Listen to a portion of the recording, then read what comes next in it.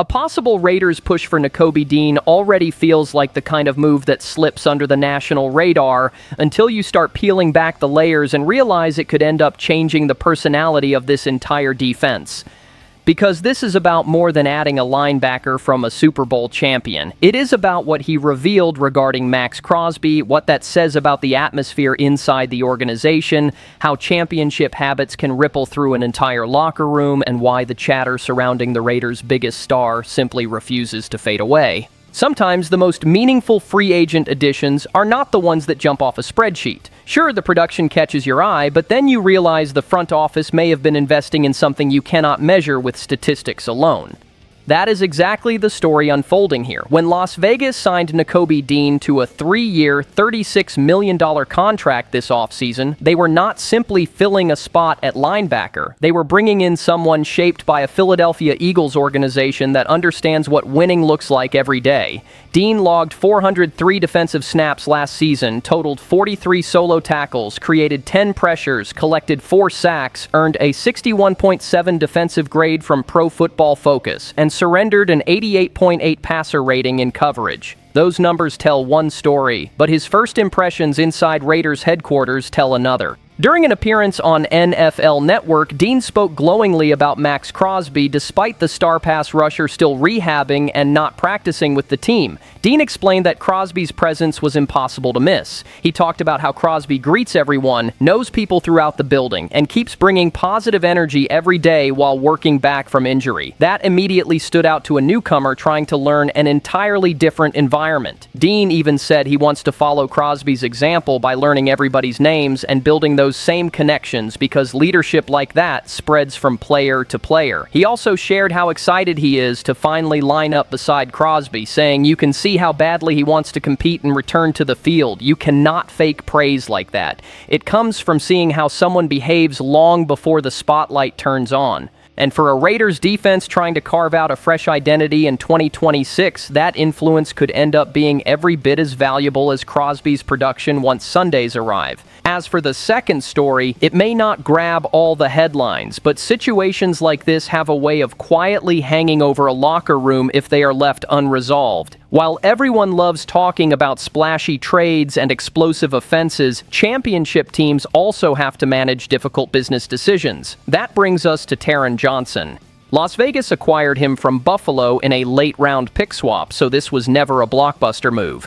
But Johnson brings far more value than the trade compensation suggests. He is a former All-Pro who has played meaningful football and understands the communication and discipline a defense needs, making him an important veteran presence for a Raiders secondary that has struggled with youth and inconsistency.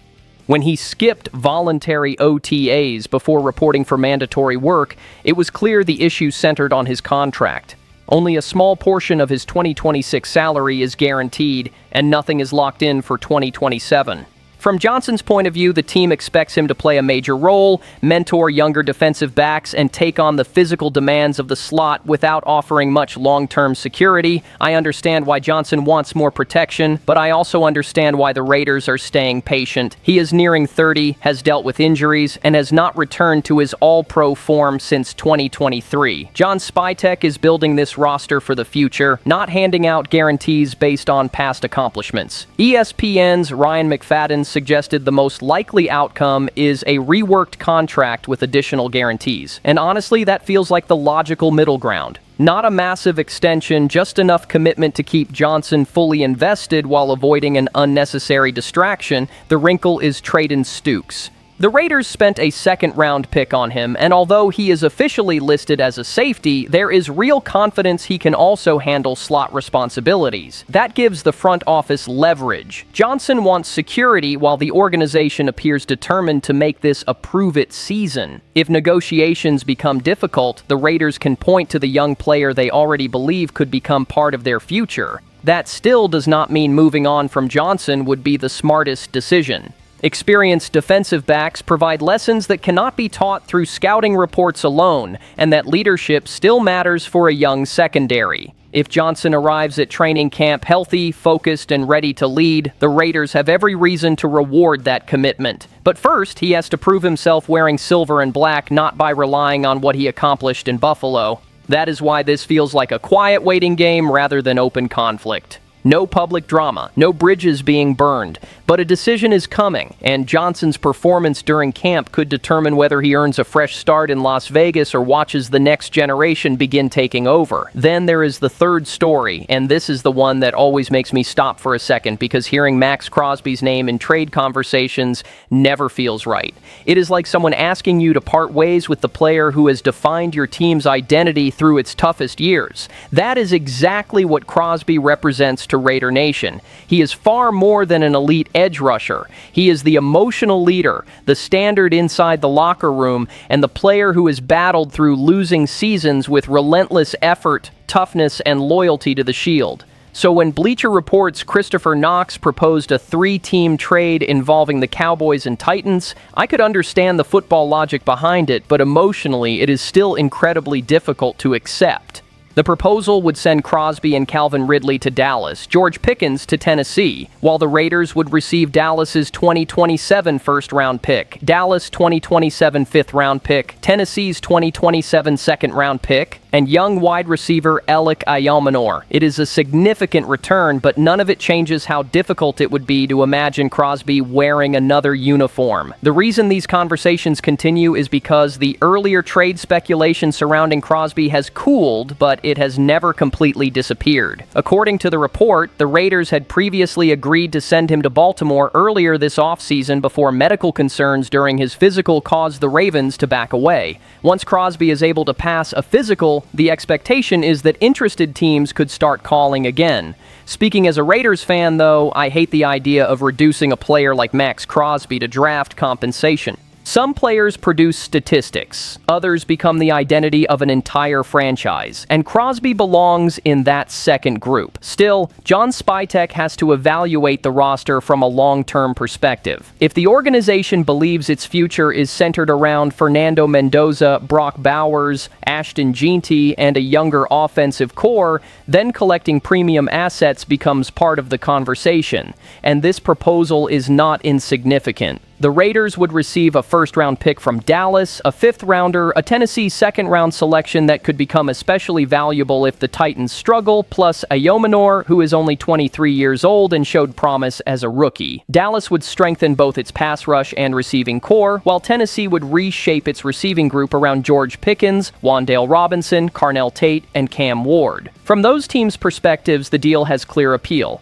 For Las Vegas, however, the biggest question goes beyond compensation. What message does it send if you move the player who has carried the defensive identity of this franchise through years of adversity? Are you prioritizing the long-term rebuild around Mendoza or giving up the emotional leader of the defense in exchange for future flexibility? That is what makes this conversation so difficult. If Crosby is traded for anything less than an overwhelming return, Raider Nation will feel that loss immediately. Even if those draft picks eventually develop into good players, Sundays without Maxx attacking off the edge would never feel the same. Maybe the trade works on paper, but for Raiders fans, the impact would be felt long before anyone could judge whether it paid off. Finally, we get back to what happens on the field, and honestly, this may be the most encouraging development because it has nothing to do with trade rumors or contract negotiations.